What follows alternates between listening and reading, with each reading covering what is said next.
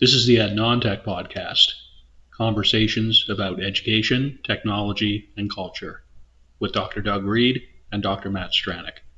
Thank you for joining us.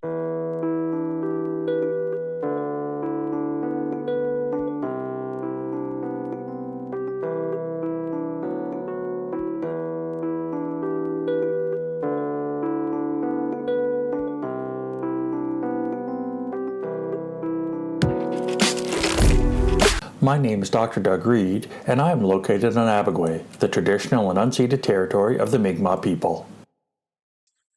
My name is Dr. Matthew Stranick, and I am located in Menakwisk in St. John, New Brunswick, which is situated on the traditional and unceded territory of the Wolastoqiyik Maliseet people.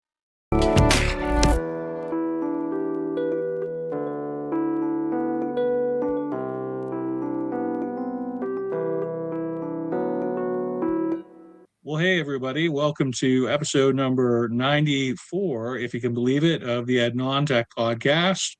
We are in the second month of 2026 already. It is February. I am Dr. Matt Stranick. This is Dr. Doug Reed.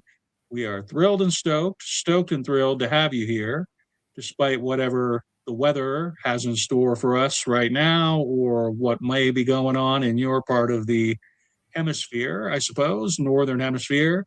Folks in the southern hemisphere may find their February experience rather more temperate, mild, and pleasant than what we have typically experienced here in Atlantic Canada, but results will vary depending on where you are and where you happen to be. So appreciate y'all for being here. And today we're getting into a topic which I think just about everybody, when you see the title of this or when we start talking about it, at least I myself had a flash of instant relatability. As soon as Doug shared the topic and shared the notes, I was like, I'm surprised we haven't yet covered this. We're doing an episode, spoiler alert, it's about AI slop, but not just AI slop, but AI published slop. And as I've been getting the notes from my end ready to go, the WordPress site and the like, I've really had occasion to think about that word published vis-a-vis the term, the topic. Awful curious to hear from you, Doug. First of all, Doug, I hope all is well in your world, as always. And I'm curious to know what is the motivator for this particular tack on the AI topic. I had to deal with the concept of AI slop. I saw it, thought it was fantastic, wanted to know a little bit more. And then I started to read what Microsoft, the CEO of Microsoft had done and said at some shareholders meeting or something.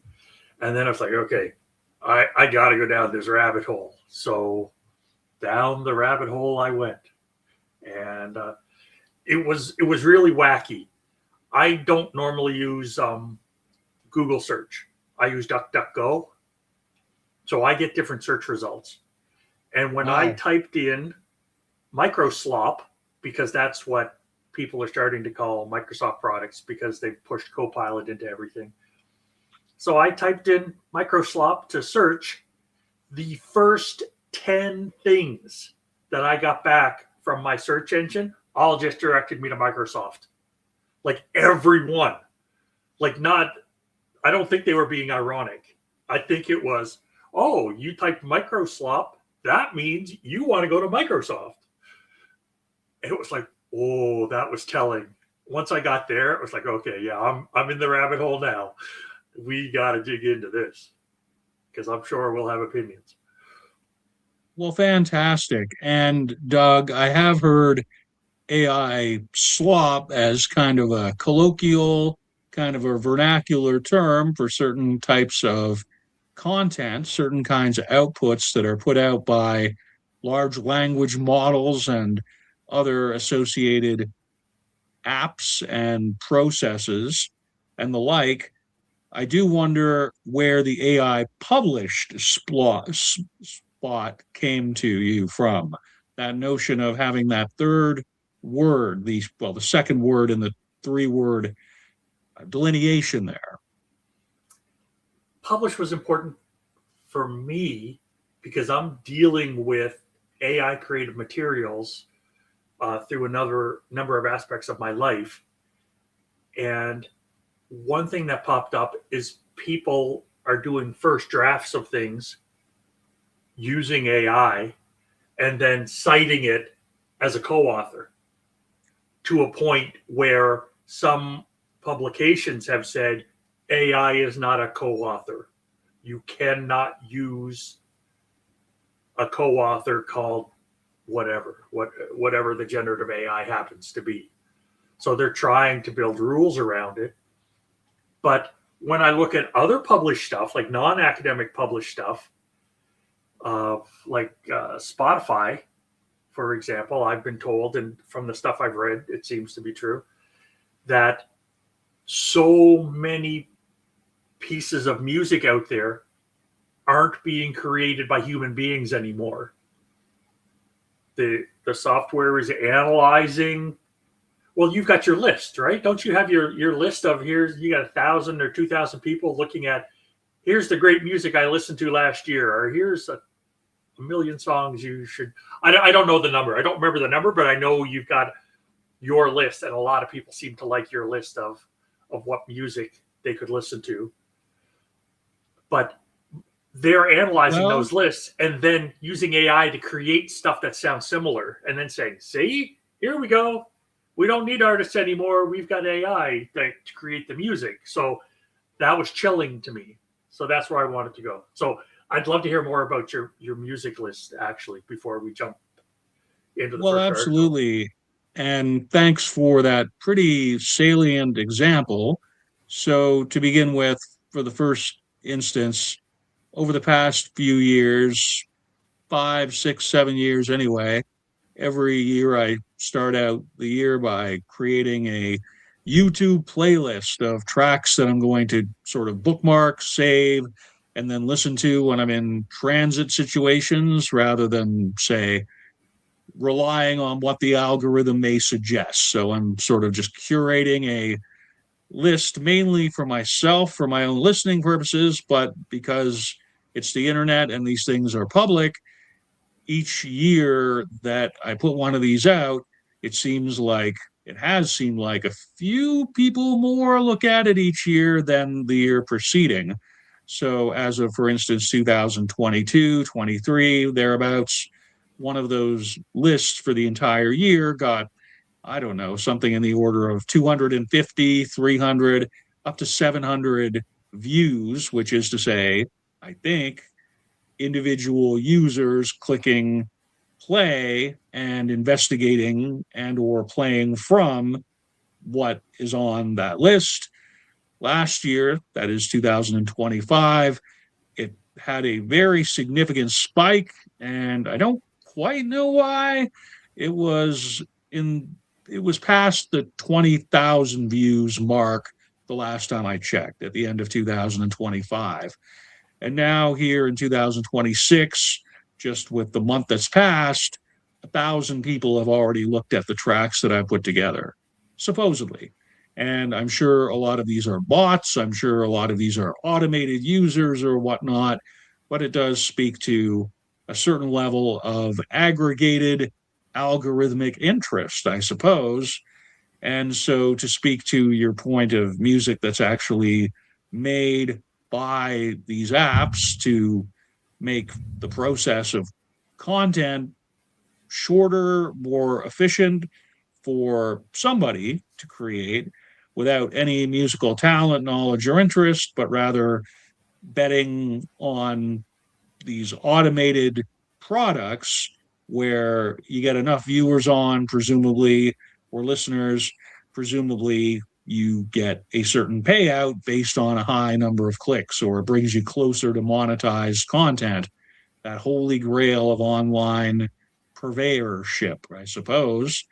And to that end, this application, this website that I use when putting together the Ed Non-Tech podcast with those jazzy little intro and outro bits that take up some of the show at the very beginning, increasingly the website that I go to, pixabay.com, they've got various kinds of repositories. I say multiple repositories, including visual images, including video, including clip art and vector art and the like, and then music clips as well. And of the list, it's now very, very disproportionately indicated that the music clips on that site have been, by and large, generated by AI applications or tools. There's about, anecdotally, I would say 20 to 30%, which indicate strictly human authorship. That is to say, no annotation for the AI involvement. But still, that's really a drastic upturn since I've been using the tool since the beginning of this show. And that you cut off the question I was about to ask, so that's funny. That makes me laugh.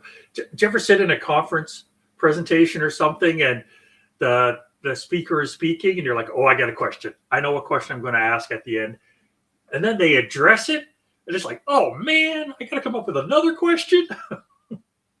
Well, it's been a while since I've been to a conference, but I do recall your vibe there, my friend. Yes, sirree.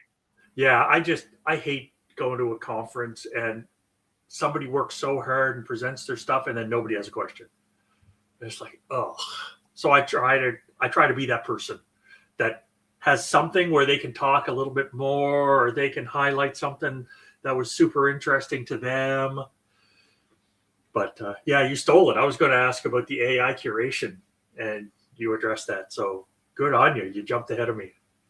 Well, there's an awful lot of it, and I think it's better to be knowledgeable about it and to have as close to an informed opinion about this stuff as you can. As I was preparing my own comments to go with the show notes, in my fashion, I sort of thought of information literacy, I thought of digital literacy, and I thought that really we can do a lot better than we have been with this stuff. And that's kind of the opening point I see really for this show. So, with your first reference here, the quote that you've included from Harobin, Padone, Kabitsa, Banfi, and Plebani? Yep. Close enough. It's really a very compelling start for the show here, Doug. Why don't you tell us a little bit about that? So, longtime listeners know that I like to go back in history and find early articles. I did the same in this episode. This article is the earliest one I could find that was published in academic literature, and it's called Rising Adoption of Artificial Intelligence in Scientific Publishing, Evaluating the Roles, Risks, and Ethical Implications in Paper Drafting and the Review Process. And I went all the way back to 2024. That is how new this concept is. So I did the same, even though it's less than 2 years ago. And what Carabine et al. Say is AI tools, while offering unparalleled efficiencies in paper drafting and peer review, also introduce notable ethical concerns. So AI slop came from someplace. And this is already being advertised. We have an issue here. How do we deal with it? So academically, this got posted, and it probably took a year to get published. And you know the way that works.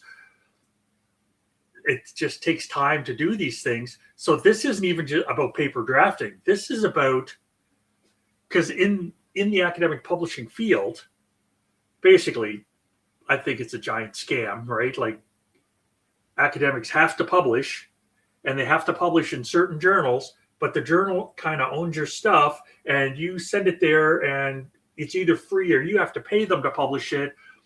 And then they get people to volunteer to review the articles for free. And so all the money seems to live with the publisher, and the academics are the ones doing all the work and giving it away for nothing. But now they've cut back on the volunteer part of the reviewing, and they're letting AI review the articles. And it's, are you kidding me? That scares me to death. And then I realized, how is this different than HR? When I was applying for jobs years ago, I had a buddy of mine saying, oh, your writing's too good. You have to write it as if you have a grade 8 literacy level. That's what the HR scanners pick up. They don't know how you're using that word. I'm like, it's correct. And my buddy was like, I know it's correct, but you got to dumb it down or it's not getting through the software before a person even sees it.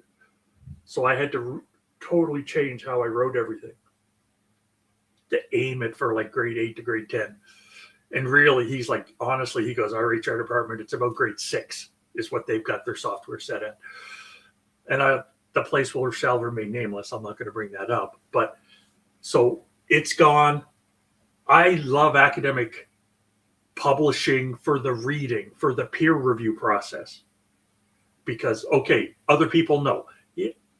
Have you ever put a bunch of academics in a room and had people agree on anything? Right? That doesn't happen. Everybody's got their own opinion and their own take, which is what I liked about peer review, because it had to get through everybody to get published. And now they got rid of those people and they just threw it into AI.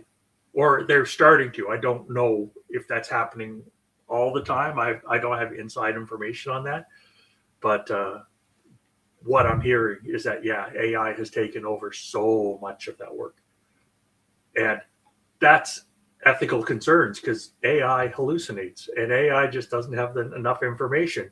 And AIs haven't been trained the way they may need to be trained. I would put myself up against any AI system when it came to my field of study, because I worked hard to create my knowledge, and AI, they're just dumping it in and crunching the numbers. Anyway, that's my opinion on it, but I wanted to let everybody know I went back in time as far as I could, and it was all the way to 2024. Wow. With the presumed authorship of such, starting, one would think, with how these things tend to go, 2022, 2023, thereabouts for a 2024 publication date. So really, it's within the lifespan of this podcast, certainly. Yes. And your notion here, what you've put forward, this kind of dystopian post-peer review academic publishing model, among the various inefficiencies and issues, I quite agree. When I used to publish a while back those kinds of articles, one cool thing about the papers is that it bore the stamp of various people, not just quality control, but different perspectives, different standpoints, asking you to review or consider certain theories or ideas, which it was very much a learning opportunity for anyone involved as an author or co-author in relation to those anonymous reviewers. And to simply say that you're going to have an algorithm or some sort of application or automated program fulfill that very human, very fallible, but very natural and organic role within academia, where a lot of our knowledge as a society goes to live and gets shared in a lot of cases within practical and professional fields. It's very concerning. It's very dystopian. I will admit, what you've said isn't surprising about it, but it is the first time I've heard explicit reference to that approach, Doug. So thank you for that insight, I think, even though I find it very deeply concerning. And that's why I brought it up. That's why that's the first article for the podcast. Awesome. Next, I found the first article I could find that talked about AI slop as a phrase. And it's Shaib Kakurabati, Garcia Olano, and Wallace 2025, Measuring AI Slop in Text. And they had a great graphic, which I thought you would appreciate. I very much appreciate it. And folks, you'll be looking at this on the video screen if you're so inclined to right now, because through Camtasia editing magic, we have the ability to share that. And I really like the way this is broken out. It reminds me a bit of some of the authenticity reports from the plagiarism detection packages, Turnitin.com notably, but there are others where it breaks down the text of a student or user submission and highlights the extent to which phrases or sentences or other units of text were likely the result of AI technologies relative to, say, a regular user doing a traditional unassisted writing process. And the breakdown here, just in the few paragraphs with the descriptors in terms of here's how you can know slop for what it is by the density, verbosity, tone, the relevance, the repetition, the coherence. It's nice to have some signaling factors as examples here that we can refer to so we can be maybe a little more critically aware when we're looking at these sorts of outputs, these kind of written outputs, however they may reach us. Yeah, I really loved what they did is they took a couple of little paragraphs and they have three categories. It's this is written by a human, we believe. This is written by AI, we believe. And here's something written by AI that a human has altered a bit. Those three categories. And it's like, yeah, that's basically what I've experienced. those are the three categories that was getting pumped out. And it goes along with their definition. They talk about AI slop is an increasingly popular term used to describe low quality AI generated text. But there is currently no agreed upon definition of this term, nor a means to measure its occurrence. And I just love that we have another definition challenge in this field. We seem to, the very first episode, we talked about definition challenges. And second episode, we did a whole bunch of stuff on definition issues. We're on episode 94. We're still talking about definition issues. So the fact that slop has come out as the term, I think is lovely. I think it gets to the point because nobody likes, like if I was going to give you food and I said, oh, eat your slop, pretty sure you wouldn't care for it. And yeah, you did the big lean over. For people watching the video, I'm assuming slop is what is in behind Matt. so it's only last year that slop. AI generated slop. This is AI created imagery from Gemini search engine. And yeah, AI noodles is what we have there. Greasy AI noodles. So yeah. So what I'd like to jump to now is the TELUS 2025 article talking sifting through the slop.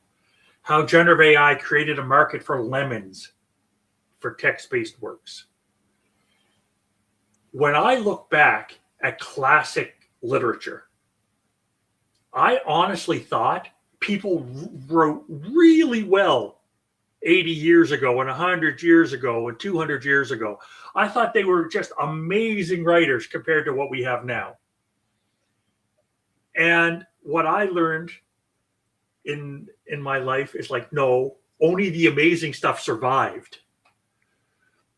Right? It's all kinds of stuff was getting published, but most of it was slop. It was human slop, human generated slop. And yeah, who's going to publish that? No, let's stick to the good stuff. Right? Let's stick to the things that I could list a whole bunch of writers from 200 years ago, and people on the podcast would know them, right? It's whatever the classics are. When I say classic literature, people know what the classics are. But the classics were crowded into a huge pile of human-created slop. And now what's happened is market conditions, and I hate market conditions because I know what it really means, inherent to a market for lemons have been introduced to the online marketplace for quality text-based works because it's so easy for AI to pump out a novel on whatever the topic is, or pump out a song, or pump out a poem, or pump out whatever. They're pumping out podcasts now. You can take your notes and take like a PowerPoint and boom, they'll pump out a podcast. And it's how many hosts do you want? What do you want the host to look like? Do you want it to be human looking or cartoonish? Or so they're pumping all of this out. And guess what? A lot of it's lemons is a nice term for it, but it's the market for lemons is the concept. So people now are going through saying, ugh. It's like when I watch Netflix. I haven't had Netflix for a while because political reasons, but when I had Netflix, it's like, okay, I would spend half an hour saying, what do I want to watch? And I didn't want to watch any of it. Correct. There's so much out there that's just rubbish.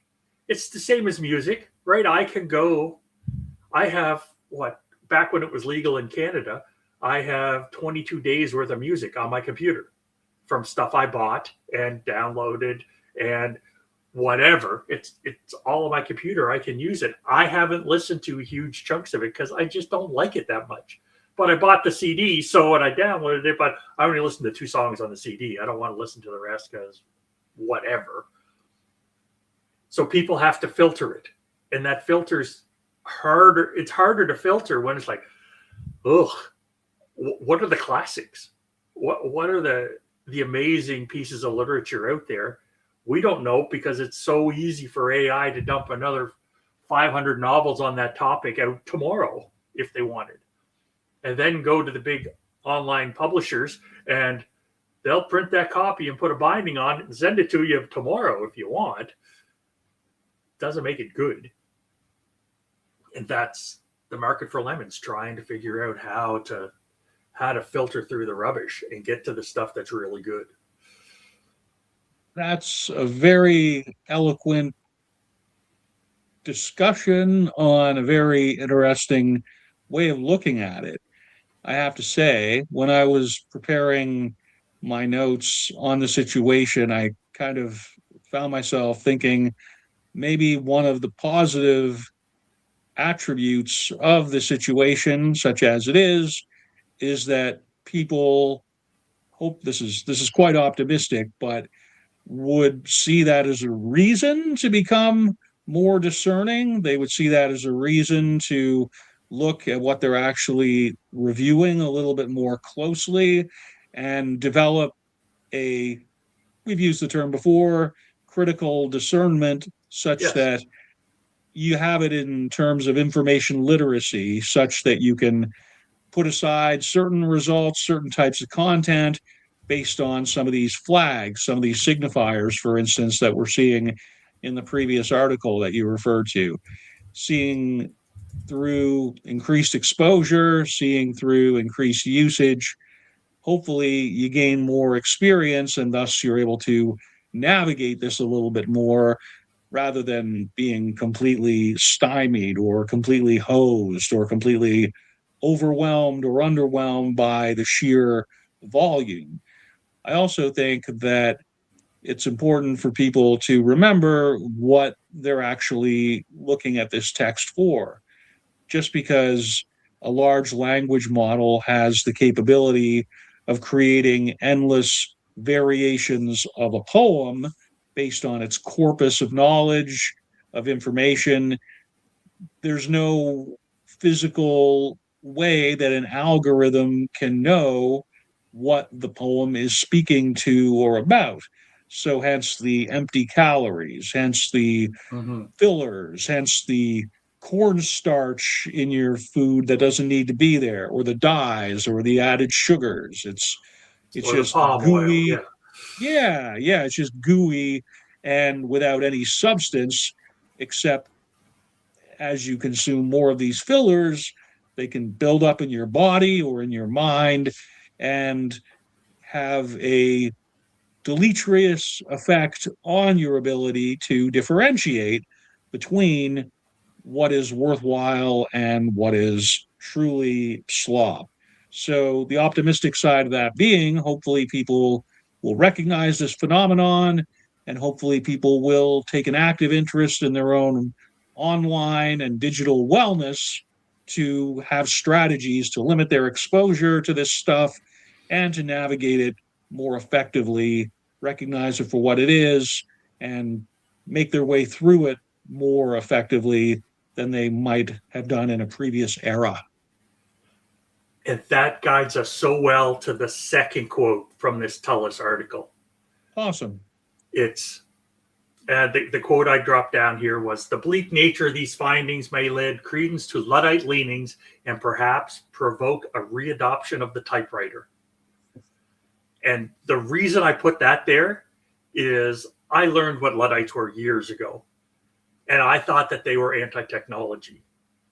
And they're not. What Luddites are, because I had to rethink it, because this all started with the followers of a guy named Ludd. I think it's Edwin Ludd, but I could be wrong about the first name. But Ludd definitely his last name. And this was in England during the Industrial Revolution. And the workers in the plants were losing their jobs because the factory owners were bringing in machines to replace them. So they were destroying the machines. They were not against the machines. They were against losing the human labor that was getting paid. And that's what AI is doing right now. Right? It's like for our logo. Instead of the logo for the podcast, I didn't go and pay a graphic designer or an artist. I plopped it into AI and eventually came up with something. With a lot of this music, it's being created by AI. So actual artists aren't getting paid, aren't making a living at it, but the corporate owners are getting more money because the AI created it, and any money that would go to that AI that gets created goes to the corporate owner. So it was all about the Luddites. It's about replacing the humans in the process. And I don't want to go back to typewriters. I do not type well enough to go back to typewriters, and I'm too used to hitting the back key. And I've used two different typewriters. I've used the typewriters where you just keep clicking and it automatically took you to the next line. And I've used the typewriters where you had to smack that little handle to take you to the next line to keep on typing. But it was just the bleak nature of these findings. I just thought that phrase was so lovely. It was like, yeah, Tullis gets it. They were not trying to put a spin on it. They weren't trying to say, oh, look, isn't everything wonderful? They were calling it like they saw it. So I just wanted to bring that up. And the Luddite thing, I had a change of heart on Luddites and what Ludditism was about 3 weeks ago. And we haven't brought it up yet. So had to bring it up.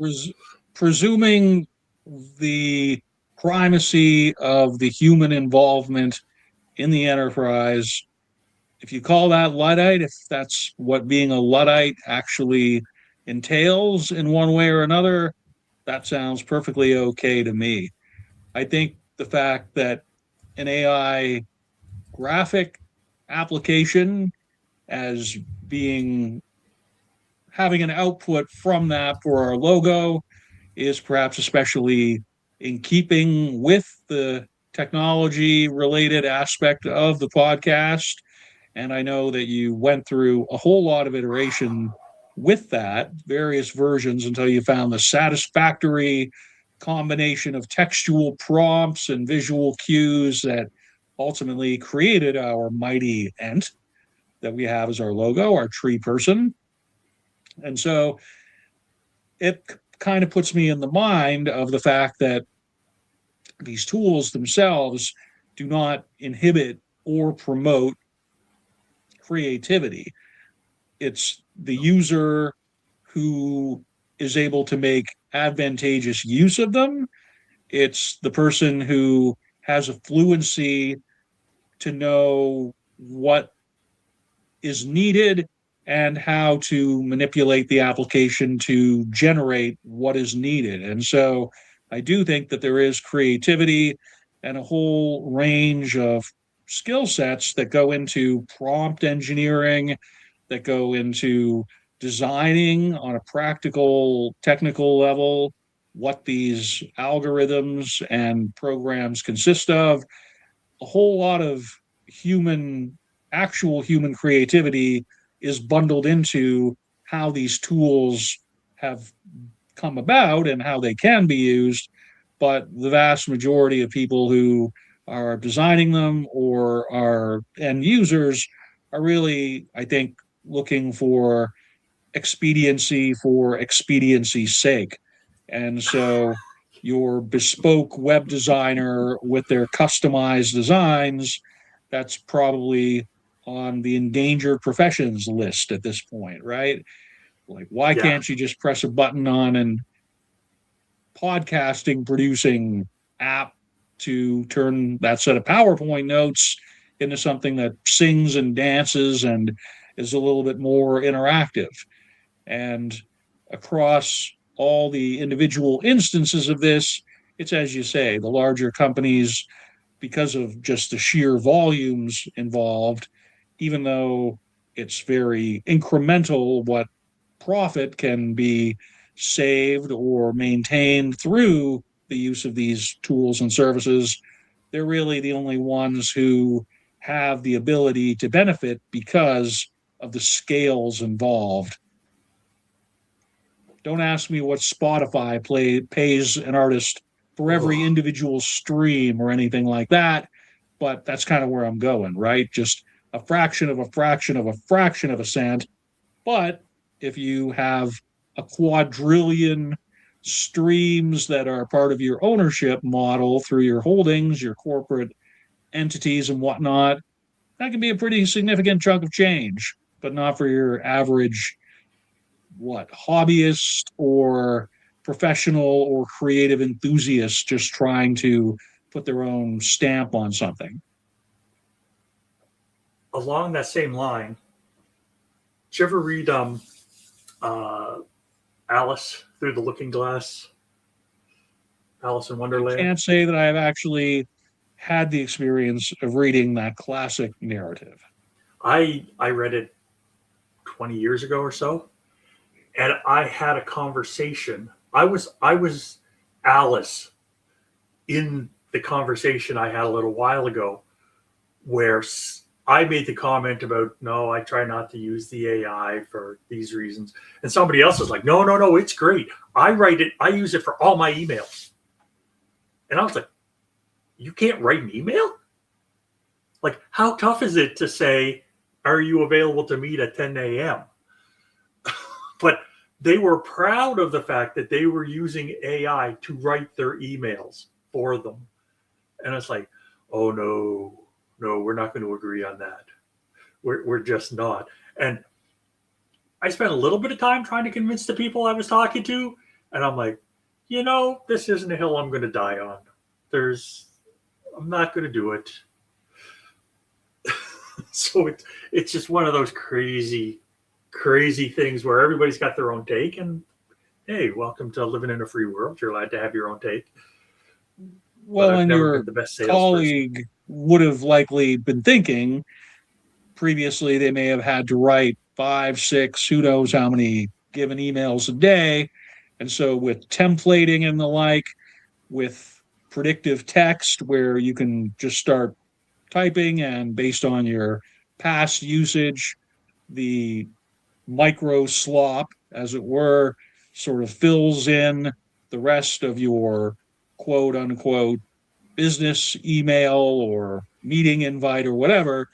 Your colleague is just thinking probably that it saves them fractions of seconds or thereabouts every time they Yeah. do that. So it just saves them enough time that they can in theory, devote to other endeavors. But meanwhile, the muscles, as it were, that go into those kinds of interactions, as well as the personal touch, the actual human spark of creativity, diminishes. Maybe it's reconstituted or picked up somewhere else. But typically speaking, if you don't use certain sets of muscles, they kind of have the habit of atrophying and Yes. just becoming limp and weak from underuse. Yes. Only thing I want to add to that is it wasn't work colleagues. Okay. It was people outside of my work that were trying to have the conversation, and it was like, oh, okay, I do not know how to address this. I'm in a social situation, and you're killing me here, so I'm just going to step back. There's just You're entitled to your wrong, highly problematic opinion. yeah, basically. And I was trying not to be rude, but sometimes my face just gives it away. Like I don't mean. I think I'm being polite, and the people are like, yeah, we saw the look.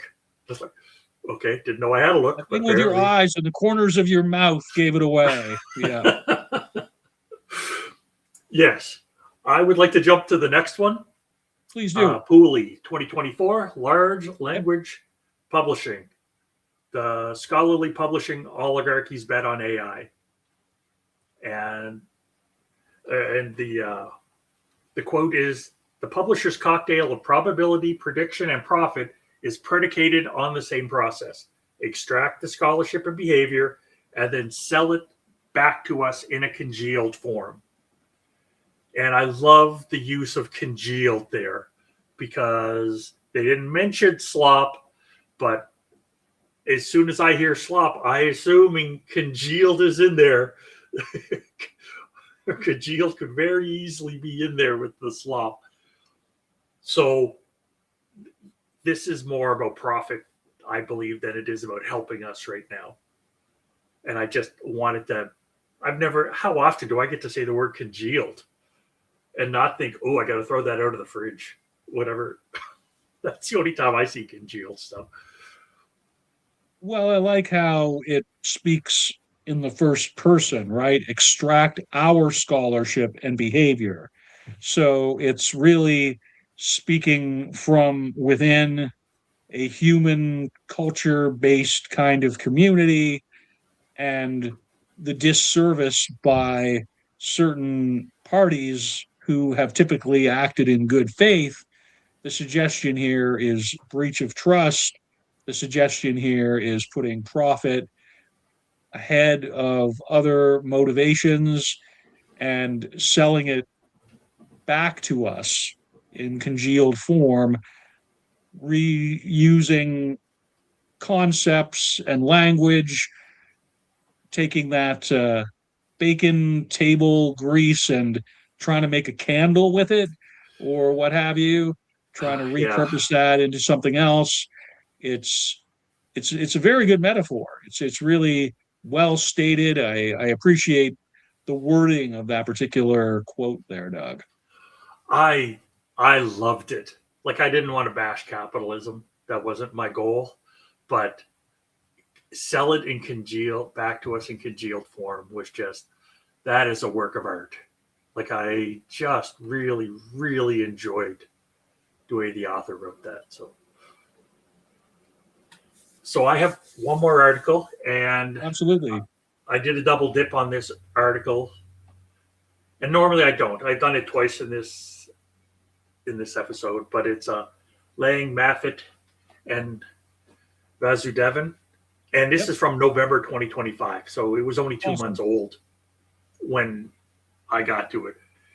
And it's the architecture of academic overproduction towards post-AI scholarship. Awesome. Which I thought was really different because they're placing it. It's like, okay, we know what scholarship was. And now this is the game changer, right? This is the seismic shift. Now what is scholarship in a post-AI world? So I really enjoyed reading the article and coming down to what they were saying. And one of the things they said is they created a word. And I think the word is Outstanding awesome. word. It's a very, very good word. Enslopification. Outstanding term. And I think Oh, anybody who's listening or watching this podcast gets hopefully a very vivid mental image from that. That's really quite good. I agree. I enjoyed when you and I collaborated and came up with the name of the podcast. Right? That was 4 years ago now. We went back and forth and back and forth, and then it was that one. That's the one. Let's call it EnT because we can tie it into the tree shepherds from Lord of the Rings and stuff. So I get it, but in slopification, whoever came up with that, oh, my hat is off to you. That is so good. So good. And they describe it as involves the creation of large amounts of low effort, poor quality content using AI, i.e., slop, driven by incentives that reward quantity over quality and amplified by algorithm systems that promote popular patterns regardless of the actual value. It's if you look at that in slopification, you ever seen a Hallmark Christmas movie? Right? It's what's the I see where you're formula? going with this, I think. It's I have seen a bunch of Hallmark movies because around Christmas time a couple of years ago, they were just like comfort food. Just like I knew what was going to happen. Like when you get anxious or stressed, I don't want to have to guess what's going to happen. I do want the uptight city person to come and chill out with the local person and have them get together and their life is great, right? I'm a sucker for that. I get it. But with enslopification, like if you go to a streaming service and look up Hallmark Christmas movies, how many you find it? Some of them are good, and there's a whole bunch that Hallmark had nothing to do with that just use their same recipe. Here's the formula, fill this in, fill that in. Okay, we'll change this one thing, and now it's a whole new story. So now If the you best like friend is this, this instead of then that. you may like, yeah. Yeah, exactly. It's instead of the grandmother is here, it's the great aunt. It's like, okay, that's a whole new story because there's no grandmother now. Now it's a great aunt. Let's pump that out. So that's in slopification. And I just like saying the word. It was so nice. But Lang et al. Also talk about the academic overproduction. And the other quote is the surge of scholarly output enabled by advanced digital infrastructures, AI, open access models, and mega journals has fueled not only greater access and collaboration, but also mounting information overload, declining editorial standards, and this is the most important part for me, the evolution of a research workforce that spends more and more time chasing metrics. And we've talked about that before, but never phrased like that. Like the number of times I wrote articles and I made sure the title was long, so it would take an extra line on my CV. So it would look like there was more there, right? And whatever, I have 17 odd pages or 19 pages of articles anyway.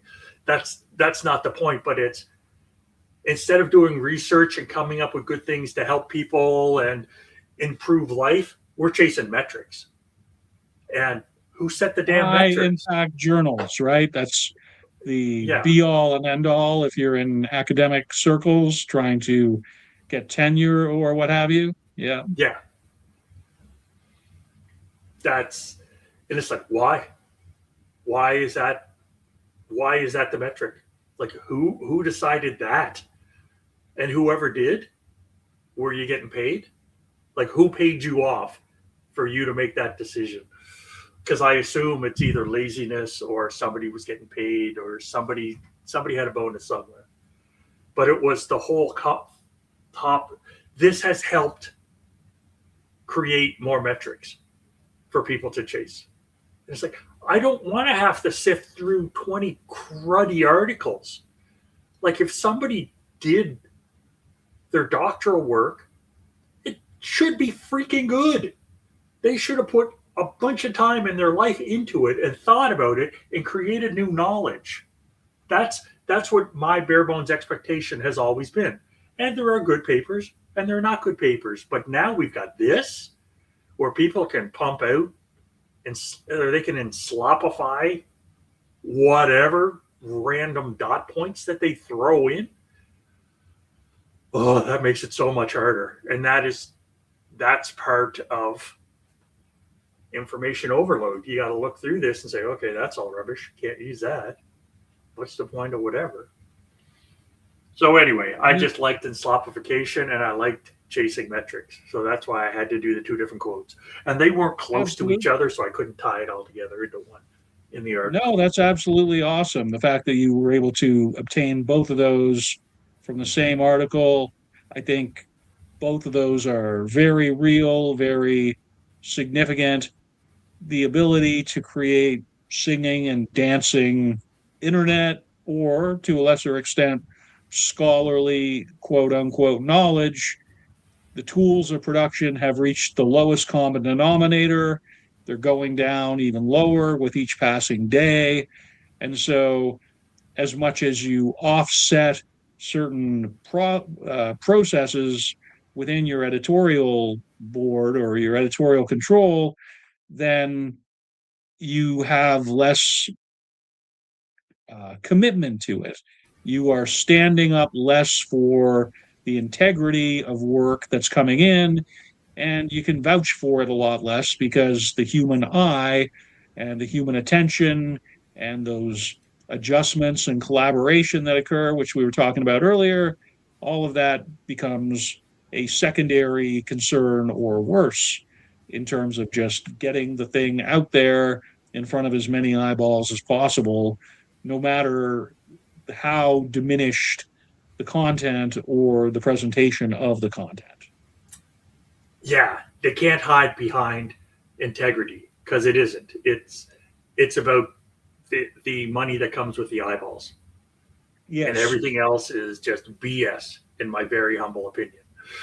Absolutely. So they're not even trying to hide now. That's that's the thing that's just driving me bonkers. But I'm also so biased. Like if I have a choice, like I do woodworking, listeners would know that I like to build furniture. I like to use only hand tools. I don't want to use a power tool to do it. So it takes way longer.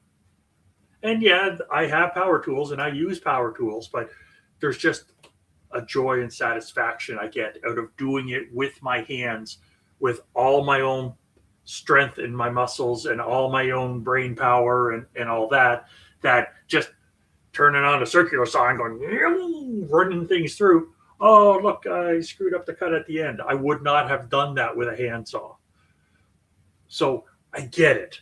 I get we got to do it quick because, oh, I want to do it easy because I've got too much on me. The workload is this, the overload is that. I get it. I'm just expressing my bias. Sure. And speaking of positive ways to get through a situation, you could say, well, it is an opportunity if you're overworked. Maybe you want to shift around your work commitments so that you're not as overworked, so you can do a better job or a more personal or a more hands-on sort of task or approach with your work rather than having to rely on diminished standards or overworked or automated editorial processes. Somebody who I'm friends with recently sent me a Instagram reel, the point of which basically was that AI won't replace a Red Seal carpenter anytime soon. This person is aware that my son is probably embarking on a Red Seal electrician trade beginning in grade 12 with college credit associated with that. And to an extent, it's true. Manual processes, physical resources, physical services, and delivery of them, that's, even though behind the scenes, the processes which deploy those are being profoundly affected by the onslaught of slop, just like any other area of society. But it sort of stands that anything you're doing with your hands, anything that you're doing with personal level of care in whatever way, manual or perhaps even, I dare say, analog kind of approaches do bear the hallmarks of the individual rather than the aggregate through these large language models and the like. Yes, very fair. Very, very fair. So, Doug, I think this may bring us to some of these very timely, very captivating, as always, visuals that you placed within the document. Sure. Is there one that you'd like to talk about? Well, as I go through it, honestly, just this basic definitional one. Yeah. Sometimes I go for your graphics that kind of have some visual flair or narrative sensibility to them. But I really like this bumper sticker looking image here. Slop, AI generated content that is both unrequested and unreviewed. And I thought, wow, each of those definitions or each part of the each of those two parts, each of those two clauses or phrases is absolutely on point. You didn't ask for it, it's there anyway. What can you do? Maybe use a different search engine, maybe switch up how you use the internet or what you try to experience through that format. Unreviewed. We've talked about that an awful lot throughout this episode thus far. And yeah, absolutely on point, I thought, with that one. And the one I really like has the least to do with AI slop. Okay. And it's the translation from the foreign language, the non-Arabic letters. And it said, "Do not dumb here, not dumb area here." And this is what I wanted to tell the people that were using AI to just do their email. It's like, is email so hard you can't just write the quick email? So and that's where I was coming to. It's like, do not dumb here. This is the message of the podcast that I wanted to get through. And there's definitely others. There's other pictures here that I really enjoyed and had sitting around, but that's what I've got. Fantastic. So and the very last one, the Microslop logo. That's where outstanding. That's really, really first rate, I gotta say. DuckDuckGo would not let me get to a definition of Microslop. It just kept giving me links to Microsoft. Wow. And I was like, wow, that's where we're at. Okay. And it was just one of those things. It's one of those when you get there and you're like, okay, I guess that's where we're at now. Fine. And you do the double take and you tie your boots and keep on walking, I guess. So I have three last things. Yes. Word, question, and phrases of the podcast. The word of the podcast is slop, because I bet if we put a counter on it, we might have said slop several dozen times. Definitely in the dozens of times, for sure. Yes, sir. And question of the podcast: how can AI slop be reduced in the creation of knowledge? Because I believe education involves the creation of knowledge. I firmly believe that. And I think AI slop is stopping that from happening. I think it's making it harder and making it worse. And I like how you're not excluding AI tools or applications or processes from helping to potentially create new knowledge. But yeah, reducing the AI slop or the AI published slop or the AI generated slop, that key slop factor, how can that be reduced now that there's so much of it, such a deluge of it, if you will, congealed, greasy deluge? That's a good question there, Doug. Yeah, I'm not against generative AI stuff, but the slop I got no use for. That's making it worse. So I have two phrases of the podcast. Perfect. One is critical discernment in terms of information literacy.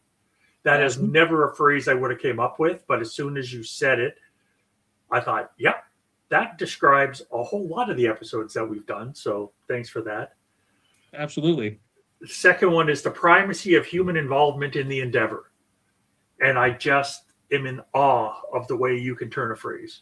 So they're both yours. I didn't think anything I said today was that memorable. Well, I really loved yours. I liked everything you said. I always like everything you say, pretty much on the show. I enjoy it a lot. You're a very smart, thoughtful, intelligent, eloquent guy, but I appreciate your appreciation for how I've pointed out those particular points. And as far as advancing or elaborating on any of that, I've got my own handwritten notes, and they're appearing in a PDF format within our show notes.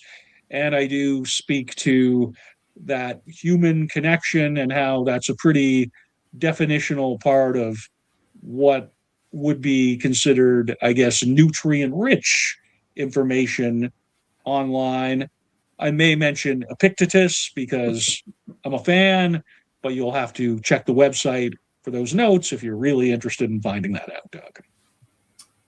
And I will, because I read the notes every week. If I had a quote that I said that I really liked, it was, ever seen a Hallmark Christmas movie? Because that's how my brain works. My brain connects themes. So, well, from this notes document and into the WordPress with the video and audio, say hi. That's awesome. We have 3 very powerful phrases of the podcast here, folks. And the word of the podcast could have been enslopification, just because, or enslopified, or slopified, whatever the action verb is. Yeah, so many possible variations on that word and on that theme. Absolutely, no. Good call. Right on. That's all I got. I hope you don't get hammered too bad with the storm that's coming. Maybe you don't, not even getting it. We're about to get like 90-kilometer-an-hour winds. So my mother mentioned around the dinner table that Nova Scotia was getting a lot. She didn't mention PEI particularly, but you did. I'm told it's supposed to generally pass by our way here in my part of New Brunswick. So we'll see. But yeah, absolutely.